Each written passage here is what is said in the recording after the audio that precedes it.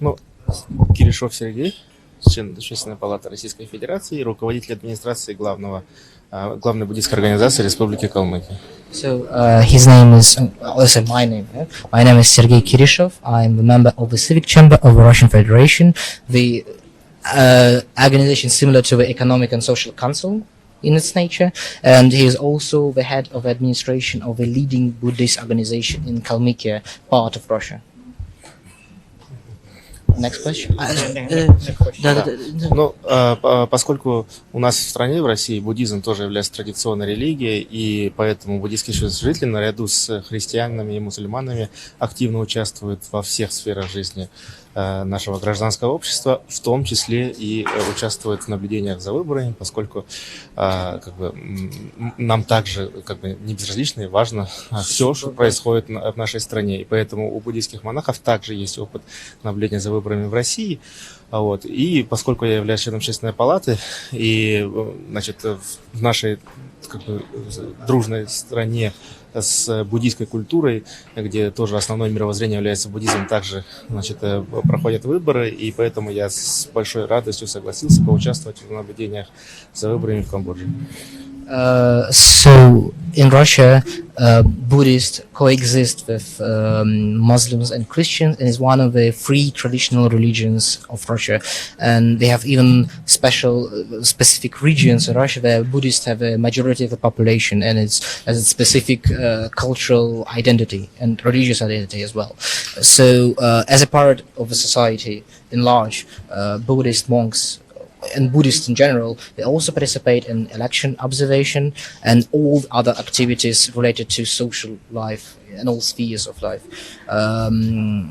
Also, when elections occur in this Buddhist regions, so to say, monks also participate in election observation because they care about the future of their society, of their communities, and the future of the Russian Federation.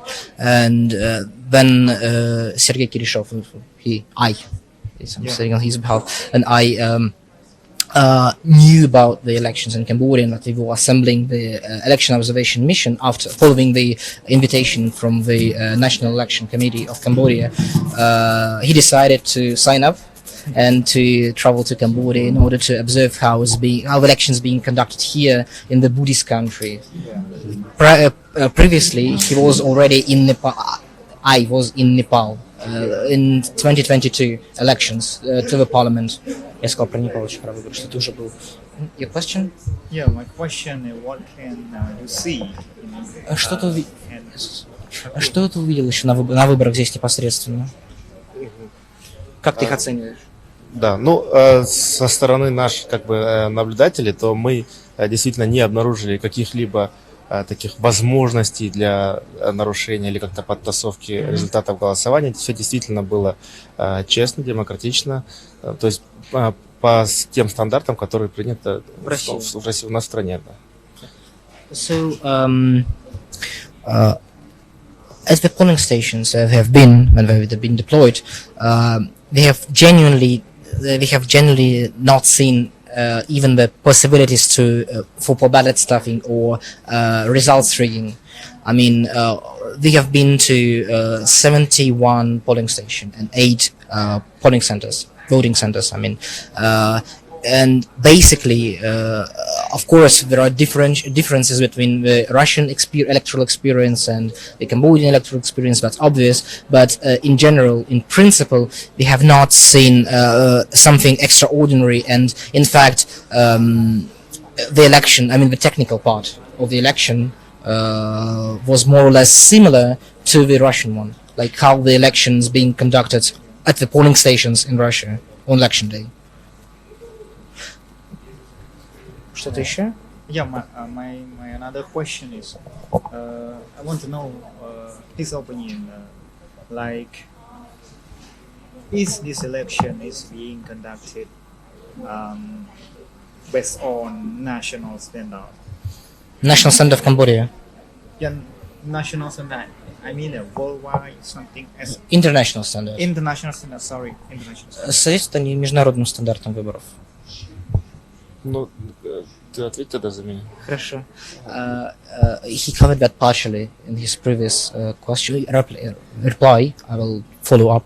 The issue is we are STO, short-term observers. So we only observe the shorter part of the electoral process. We cannot see how the candidates are being nominated, how the voting registers are being compiled. We only come and see that mostly technical part of the election. It means the day of silence, election day, and post-electoral phase, how the when the election results are being preliminarily or officially declared.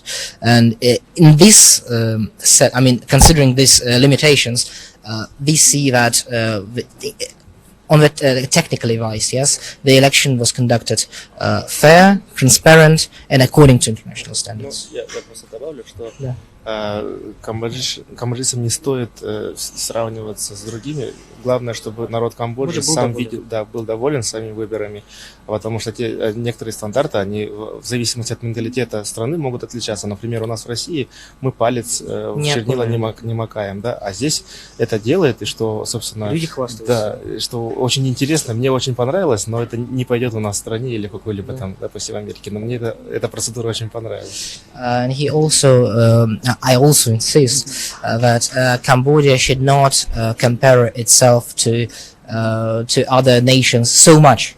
No, not in principle, but so much, because each state is individual, has an individual characteristics and specifics. For instance, I believe that no one in Russia would actually put his finger in the ingot tip, nobody would do it. But for instance, it's a matter of pride here in Cambodia. Everyone shows it. Yes, I voted.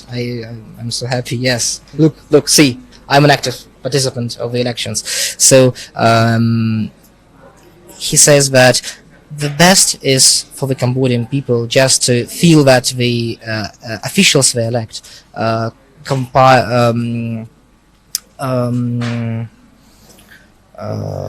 with the expectations of the nation and of the people who voted for them.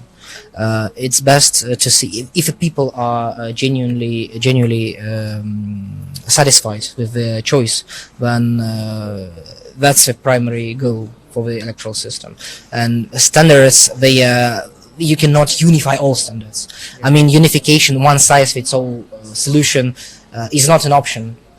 We can see that nowadays everything changes so much. Different civilizations live differently, not in a matter of some general basic things like human rights, for instance, but in general we're speaking about standardization, which will not happen in general. I mean, overall, like 100%. So that is the answer. Any other questions? As you mentioned, you used to observe the election in Nepal, and so the election is acceptable, right? And I want you to say that the election in Cambodia is acceptable too, right? В общем, он говорит, что вы говорите, что выборы мы говорим, что выборы в Непале прошли хорошо. Да? Можете ли сказать то же самое, что в Камбодже тоже? Конечно, да. Ну, на мой взгляд, да. Yes, according to his personal point of view, it is so. Oh, yeah. It is so. Ну, и еще то, что нас вводили в множество разных участков, говорит о том, что в разные избирательные участки, говорит о том, что правительство Камбоджи готово было нам показать любой участок, что они сами уверены в том, что это открыто. Basically, he also adds that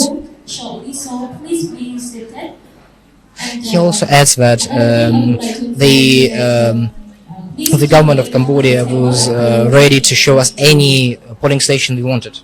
Any polling station, like I point with my finger to the polling station, I want to visit it. They said, okay, fine, it's open for every polling station was open for us to inspect. So they didn't fear any consequences that we may find some transgressions. So I believe it's a positive sign that the election administration was doing their job.